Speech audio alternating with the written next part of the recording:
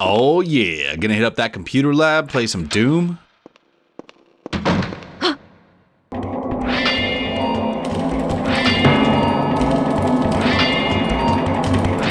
Yeah, on second thought, I'm good.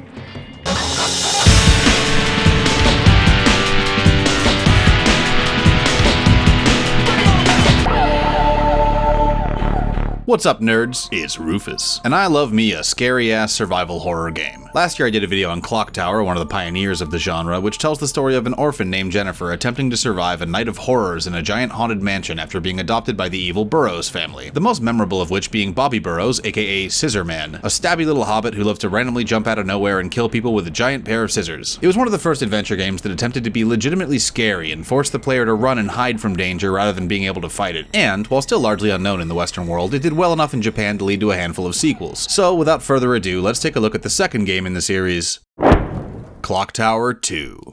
Although, to be perfectly honest, I like the American box art better. Now that's what I'm fucking talking about.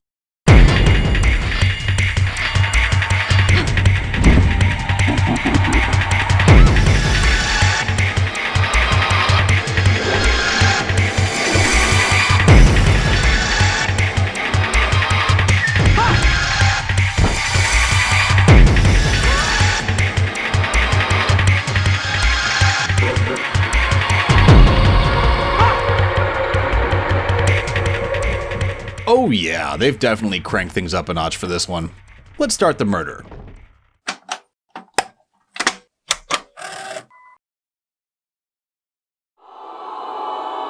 So we open with a flashback to the end of the first game where Jennifer blows up the hideously mutated Dan Burroughs before escaping from the evil murder mansion. Clock Tower 2 picks up a year later with some gloriously shitty 90s CGI and voice acting. No, it sounds crazy, but it looks like they were killed with a giant pair of scissors. Helen Maxwell, criminal psychologist and Jennifer's new legal guardian, is hard at work investigating the Clock Tower massacre, along with Police Inspector Stan Gotts. Meanwhile, Scissorman is apparently back from the dead and feeling very stabby indeed. Clock Tower 2.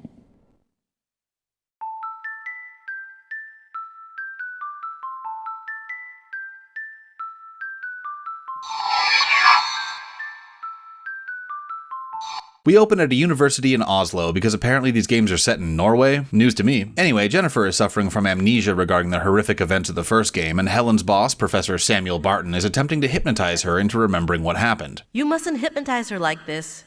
She's not ready to remember the murders yet. Helen and Jennifer leave, and the game begins.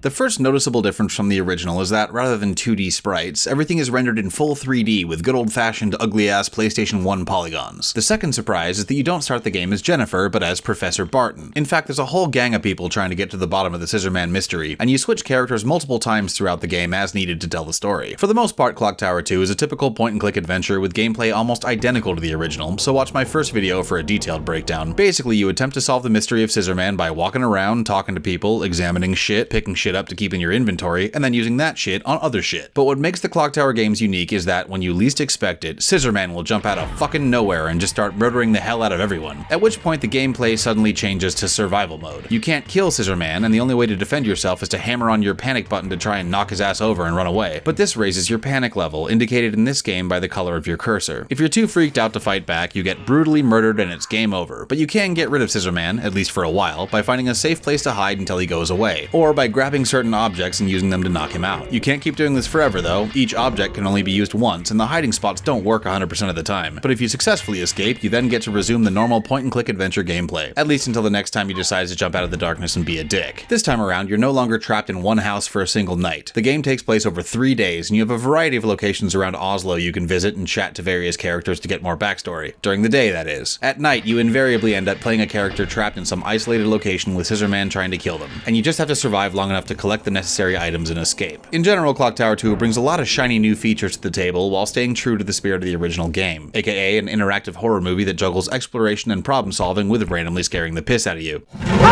After the success of the first Clock Tower in Japan, Human Entertainment quickly got to work on a follow-up. Hifumi Kono, director of the first game, agreed to return and lead the sequel after being impressed by the 3D graphics of the new consoles hitting the market. In fact, this would be Human Entertainment's first ever 3D game. He took a risk and chose the PlayStation, at the time a brand new and untested platform, and Clock Tower 2 was released just 1 year later. The gamble paid off, and the game was a hit, in fact a big enough one that it became the first Clock Tower title released internationally. Unfortunately, since the original game never made it outside of Japan, in the Western world the game was released as just Clock Tower, which was probably confusing as fuck for players at the time because it constantly makes callbacks and references to the first game. The good news is they still didn't change much of the content besides inexplicably renaming the Burroughs family Here it is, the Burroughs Mansion. to the Barrows family. Here it is, the Barrows Mansion. But that's basically it. The rest of the dialogue and all the gory death scenes stayed intact. So this is one of the rare occasions where it really doesn't make a difference whether you play the translated version or the original. Despite its missing prequel, Clock Tower 2 was a success in the West as well, being praised for its horrific atmosphere and frequently making it on scariest game of all time lists to this day. So let's take a look at what makes it so compelling.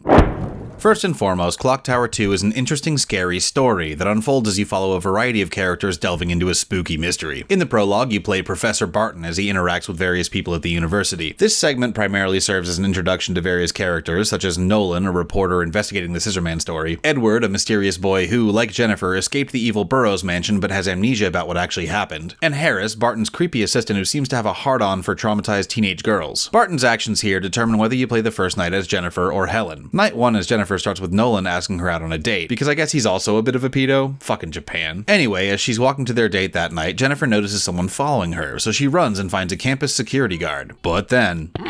Some kind of weirdo?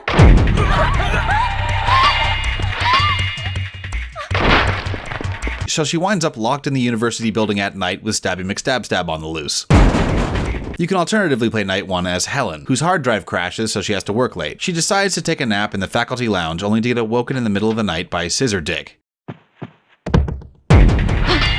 Either way, your goal here is to explore the building, not get murdered, and find a way out. But your method of escape and the items you need to do so are different depending on which character you're playing. The next morning, you inform everyone else that Scissorman is officially back and as stabby as ever. Depending on what choices you make in these conversations, you can play the next part as Nolan, Inspector Gotts, or Helen. On the second night, Nolan goes to interview Rick, the former butler of the Burroughs family, to see if he has any info. But before he can spill the beans, Scissorman kills him by dropping a giant fuck-off chandelier on his head. And now you're locked in Rick's house with Murderface. So you sneak around, gather clues, and try to escape without getting stabbed. You can also play this night as Inspector Gotts, which is basically the same scenario, except it starts with Rick getting killed by his own possessed dog, and Gotts quickly finding out that Scissorman is fucking bulletproof. Now, if you play the second night as Helen, it's completely different. You end up at the city library where you chat to the curator, Mr. Sullivan, and try to find more information on the Burroughs family. But then the bells of the clock tower start mysteriously ringing on their own, and when the two of you go to investigate...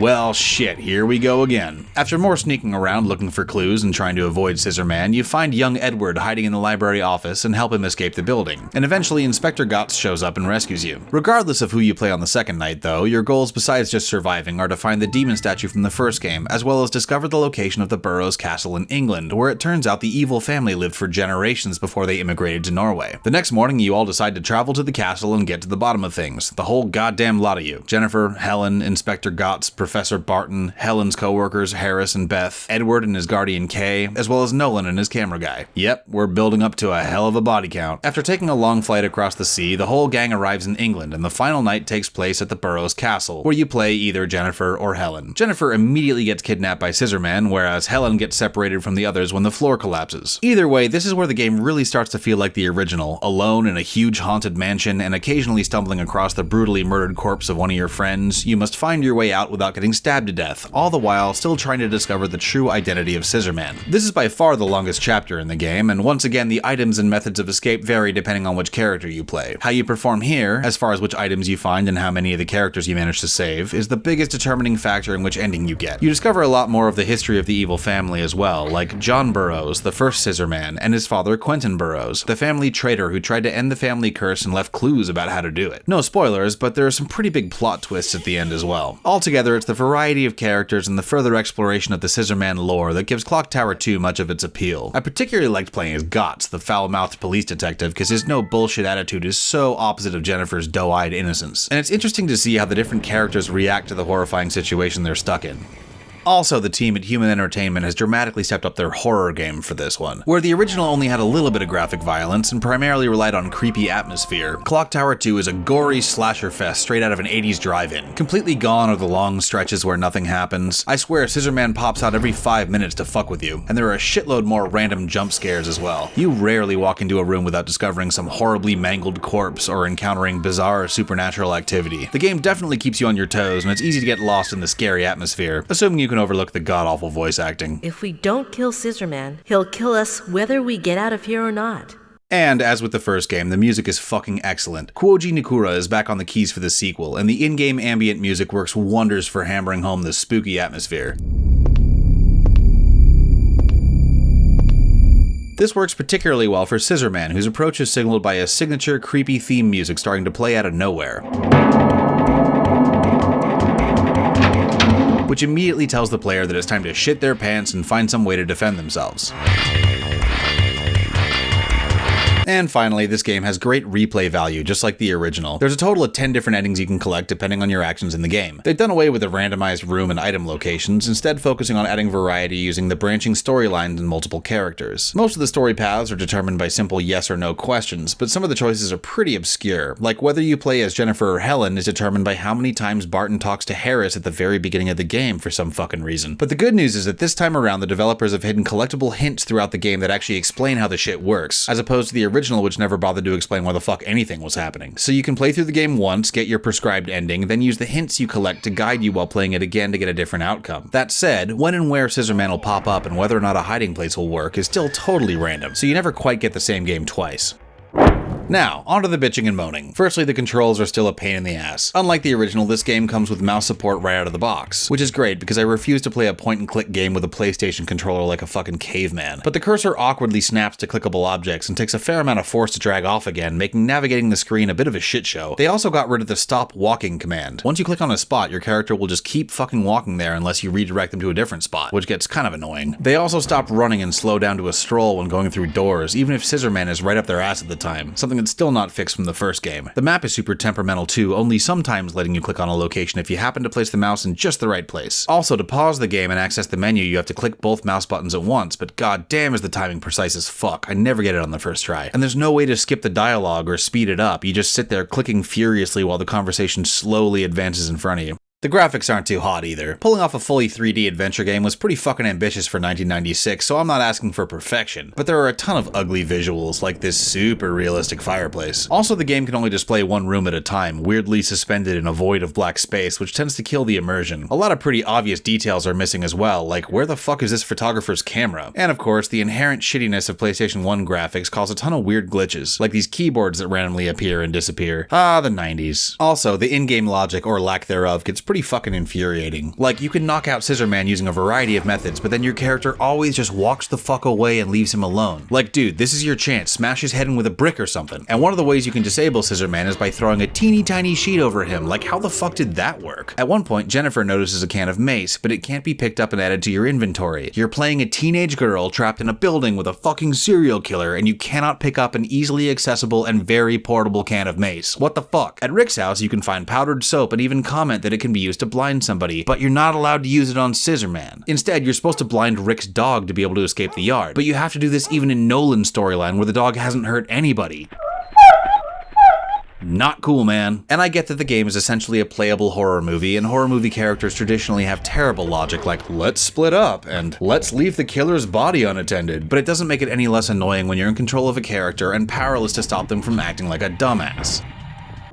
But despite these complaints, Clock Tower 2 is still a fun, scary adventure, so I have to give it 8 dead teachers out of 10. It's a must-play if you're into point-and-click adventure games or horror movies, preferably both. Now, Clock Tower 2 was originally released as a disc for the PlayStation, and was later given a digital re-release on the PlayStation Network, but only in Japan. For us Westerners, there's just the English PlayStation disc, which has never been re-released in any other format anywhere. You can still find these on eBay, but they're a bit of a collector's item, so prepare to shell out like $100 to get an original copy. But, however you manage to get your hands on the game, yarr, I would highly recommend just playing it on a PlayStation emulator. Now, in the past, I've recommended EPSXE, which is still a solid program, but just lately I've switched pretty hard to using Beetle PSX hardware, because not only does it let you play your old PlayStation games in HD, but it also has the unique ability to correct the infamous jitteriness of PlayStation polygons using its PGXP mode to provide smoother graphics. Beetle PSX hardware is available as part of RetroArch, the program which allows you to emulate a ton of old consoles on a wide variety of newer systems, including Windows, Mac, Linux, Android, iOS, Nintendo Switch, and Xbox One. As usual, the only thing you can't play it on is PS4. So if you like a good old spooky horror game, don't hesitate to spin up that emulator and enjoy the massacre. Links in the description.